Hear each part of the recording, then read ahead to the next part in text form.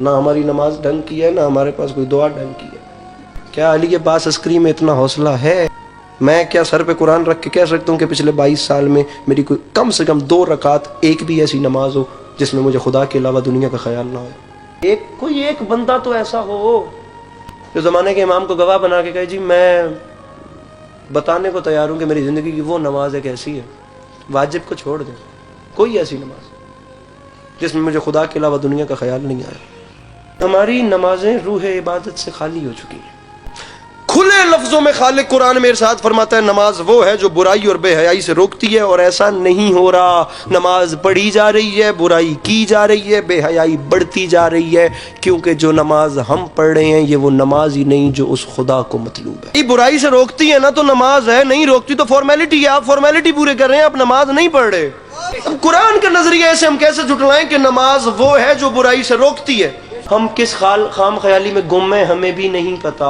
غلط فہمی سے زیادہ خوش فہمی نقصان دہ ہوتی ہے۔ میں منت کر رہا ہوں اپنی نسلوں کو فقط ایک بات بتائیے گا، صرف ایک بات جو اپنی نسلوں تک بتائیے گا، اپنے بچوں تک پہنچائیے گا۔ خدا سب کچھ برداشت کر لیتا ہے، خدا گھمنڈ برداشت نہیں کرتا۔ شیطان نے گھمنڈ ہی تو کیا تھا، 6500 سال کی عبادتیں 1 سیکنڈ میں سائڈ پہ چلی گئی تھی۔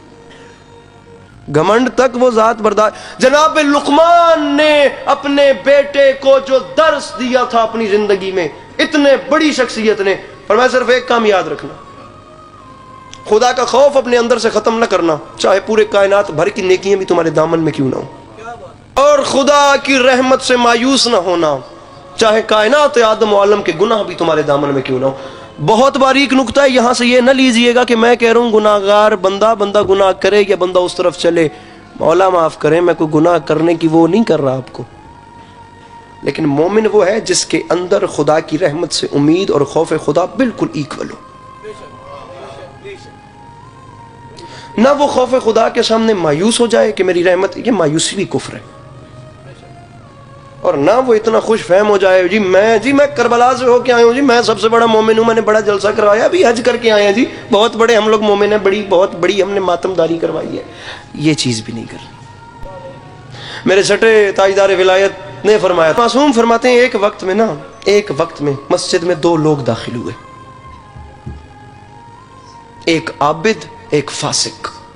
میرے چھٹے بادشاہ سامعین گرامی فرماتے ہیں فاسق اور عابد اکٹھے مسجد میں داخل ہوئے، کچھ دیر کے بعد نماز پڑھ کے جب دونوں باہر نکلے تو جو فاسق تھا وہ مومن ہو چکا تھا، اور جو عابد تھا وہ فاسق ہو چکا تھا۔